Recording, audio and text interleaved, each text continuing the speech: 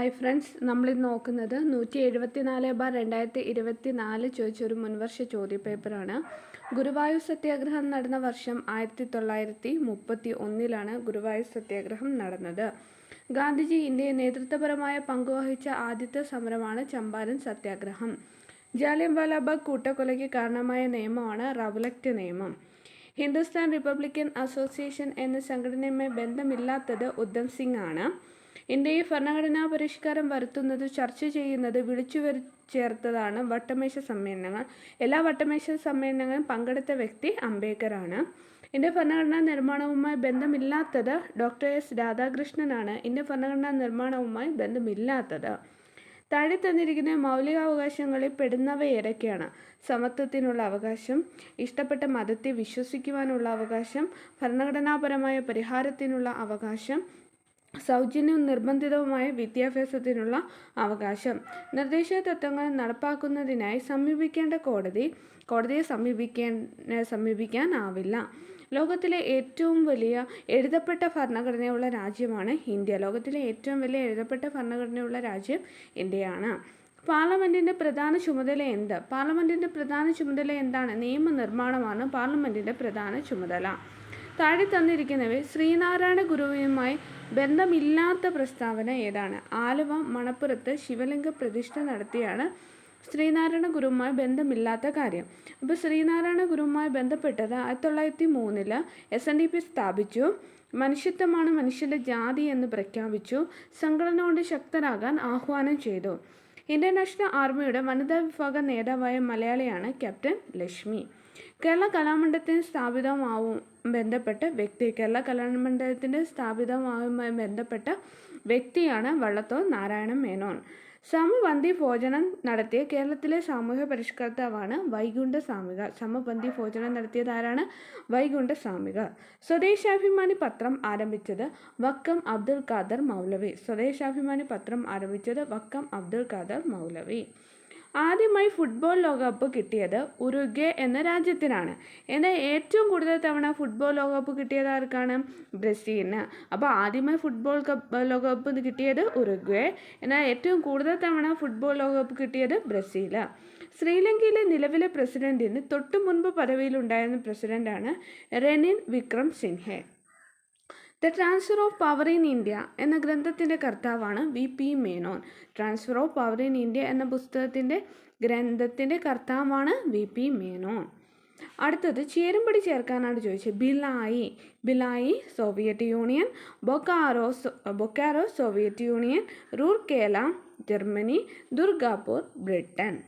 വിദ്യാഭ്യാസത്തെ സംസ്കാരവുമായി ബന്ധിപ്പിക്കുക എന്ന ലക്ഷ്യത്തോടെ കേന്ദ്ര സാംസ്കാരിക വകുപ്പ് 1979 രൂപീകരിച്ച സ്ഥാപനമായ centre for cultural resource and ട്രെയിനിൻ്റെ ആസ്ഥാനം എവിടെയാണ്? ന്യൂഡൽഹി. പുതിയ സഹസ്രാബ്ദത്തിലേക്ക് ഇന്ത്യയെ നയിക്കുക എന്ന ലക്ഷ്യത്തോടെ നടപ്പിലാക്കിയ ദേശീയ വിദ്യാഭ്യാസ നയം വന്ന വർഷമാണ് 1986. രാഷ്ട്ര പുരോഗതിയിൽ വിദ്യാഭ്യാസത്തിനുള്ള പ്രാധാന്യം തിരിച്ചറിഞ്ഞ് 10+2+3 മാതൃകയിൽ വിദ്യാഭ്യാസം നടപ്പിലാക്കണം എന്ന് ശുപാർശ ചെയ്ത വിദ്യാഭ്യാസ commission doctor DS Kothari commission. ലോക ഫുട്ബോൾ ദിനം മെയ് 25 ലോക ഫുട്ബോൾ ദിനം. 2024 ONV സാഹിത്യ പുരസ്കാര ജേതാവ് പ്രതിഭ റായി. ഇന്ത്യയുടെ ഭൂമിശാസ്ത്ര വിവരങ്ങളിലെ തെറ്റ് Bയും Dയും തെറ്റാണ്. അക്ഷാംശം 8°4 വടക്ക് മുതൽ 37°6 വടക്ക് വരെ ശരിയാണ്. അതേപോലെ തന്നെ രേഖാംശം 68°7 കിഴക്ക് മുതൽ 97°25 കിഴക്ക് വരെ ആണ്. ലോകത്തിലെ ഏറ്റവും ഉയരത്തിൽ സ്ഥിതി ചെയ്യുന്ന യുദ്ധഭൂമിയാണ് സിയാച്ചിൻ. ഇന്ത്യയുടെ അതിർത്തി രാജ്യങ്ങളെ സംബന്ധിച്ച് വിവരങ്ങളിൽ തെറ്റ്. കിഴക്ക് ഭൂട്ടാൻ എന്നത് തെറ്റാണ്. പടിഞ്ഞാറ് പാകിസ്ഥാൻ ശരി, വടക്ക് നേപ്പാൾ, തെക്ക് കിഴക്ക് ഭൂട്ടാൻ. ഇന്ത്യയുടെ ഭൂപ്രകൃതി സവിശേഷത ഒറ്റയാനെ കണ്ടെത്തുക. ഹിമാലയമാണ് ഒറ്റയായിട്ട് നിൽക്കുന്നത്. ഇന്ത്യയുടെ ഭൂപ്രകൃതി സവിശേഷത ഉത്തര പർവ്വത മേഖല, ഉത്തര ഇന്ത്യൻ സമതലം, തീരസമതലങ്ങളും ദ്വീപുകളും. ഇതിത്രയും ശരിയാണ്.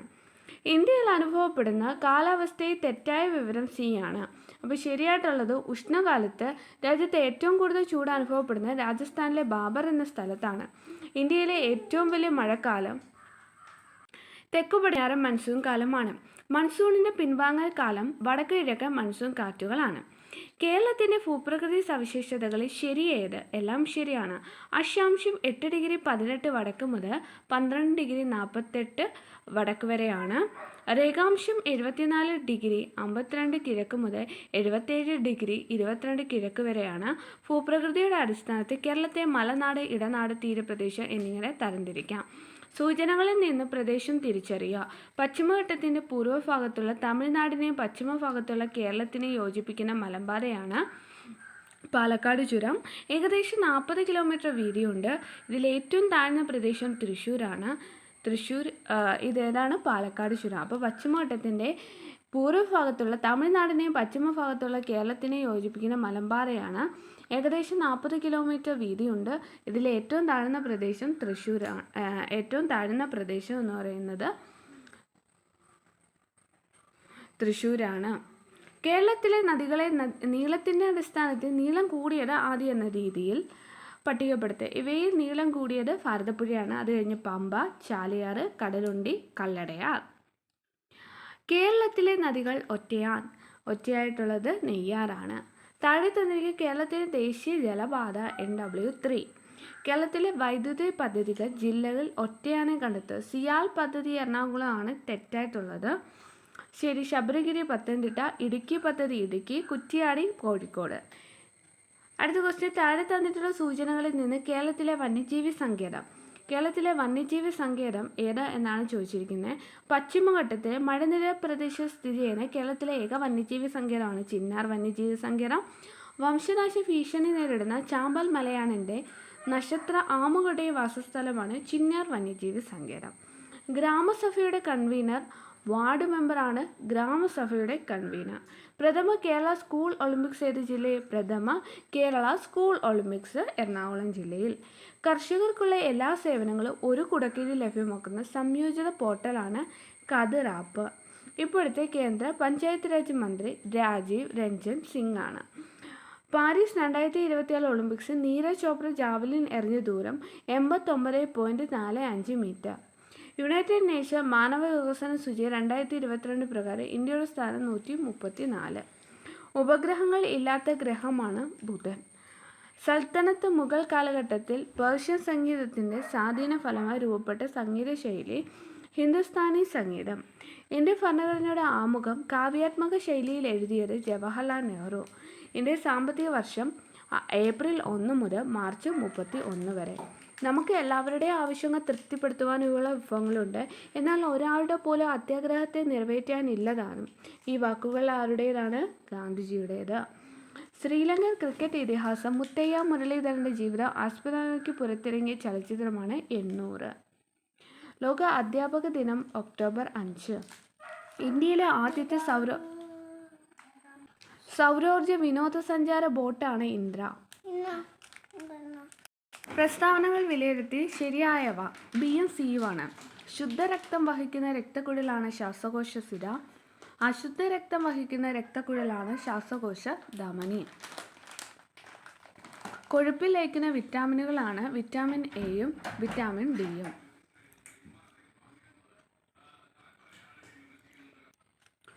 താഴെ പറയുന്ന മെച്ചപ്പെട്ട ഇനം പച്ചമുളക് ജ്വാലാമുഖിയാണ്. ഫിറമോണിന് ഉദാഹരണമാണ് ബോബിക്കോൾ.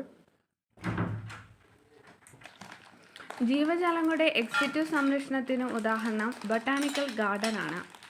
നിപ്പ രോഗത്തിന് കാരണമായ രോഗമാണ് വൈറസ്. ധവളപ്രകാശം അതിൻ്റെ ഘടകവർണ്ണങ്ങളായി മാറുന്ന പ്രവർത്തനം പ്രകീർണനം. ഉറുമ്പ് കടിക്കുമ്പോൾ വേദന തോന്നുന്ന അവ നമ്മുടെ ശരീരത്തിൽ കുത്തിവയ്ക്കുന്ന ഒരു ആസിഡ് മൂലമാണ്. എന്താണ് ഈ ആസിഡ്? Formic acid. താപം പ്രേഷണം ചെയ്യപ്പെടുന്ന രീതിയിൽ പെടാത്തത് വിസരണമാണ്. താഴെ തന്നിരിക്കുന്ന ഈ പിച്ചളയുടെ ഘടകമായി വരുന്ന ലോഹം സിങ്ക്. പണ്ട് മരുഭൂമിയിലൂടെയും കടലിലൂടെയും സഞ്ചരിക്കുന്ന ആളുകൾ ദിശ അറിയാൻ ഉപയോഗിച്ചിരുന്ന നക്ഷത്രഗണം ഏതാണ്? വേട്ടക്കാരൻ. മൂലകങ്ങളെ ആദ്യമായി വർഗീകരിച്ചത് ലാവോസിയ. ചന്ദ്രൻ്റെ ദക്ഷിണ ധ്രുവത്തിൽ ഇറങ്ങിയ ഇന്ത്യയുടെ ചന്ദ്രവാഹനം ചന്ദ്രയാൻ 3. ചേരുംപടി ചേർക്കാനാണ് ചോദിച്ചത്. ക്ഷയം, മൈക്രോ ബാക്ടീരിയം ട്യൂബർകുലോസ്, എലിപ്പനി ലെപ്റ്റോസ്പൈറ. ഡെങ്കിപ്പനി എന്നത് വൈറസ് ആണ്. മലമ്പനി പ്ലാസ്മോഡിയം. മന്ദരോഗം പരത്തുന്ന കൊതുക് ക്യൂലെക്സ്. താഴെ തന്നിരിക്കുന്ന വായുവിൽ കൂടി പകരുന്ന രോഗം മീസിൽസ്.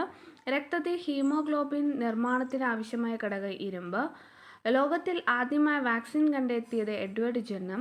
രക്തസമ്മർദ്ദം അളക്കാൻ ഉപയോഗിക്കുന്ന ഉപകരണം സിഗ്മോ മാനോമീറ്റർ. താഴെ തന്നിരിക്കുന്ന ശരിയായ പ്രസ്താവന 2ഉം 3ഉമാണ്. മസ്തിഷ്കത്തിലെ രക്തക്കുഴലുകൾ പൊട്ടി രക്തപ്രവാഹം തടസ്സപ്പെടുന്ന അവസ്ഥയാണ് പക്ഷാഘാതം. അനിയന്ത്രിതമായ കോശവിഭജനം വഴി കോശങ്ങൾ പെരുകി ഇതര കലകളിലേക്ക് വ്യാപിക്കുന്നതാണ് ക്യാൻസർ. എംഫിസേമ രോഗം ബാധിക്കുന്ന അവയവം ശ്വാസകോശം. കേരളത്തിൽ സർക്കാർ തലത്തിൽ നടപ്പാക്കുന്ന മരണാനന്തര അവയവ കൈമാറ്റ പദ്ധതി മൃദുസഞ്ജീവനി. ജീവിതശൈലി രോഗങ്ങൾ നിയന്ത്രിക്കുന്നതിനായി സംസ്ഥാന സർക്കാർ ആരംഭിച്ച പദ്ധതി അമൃതം ആരോഗ്യം.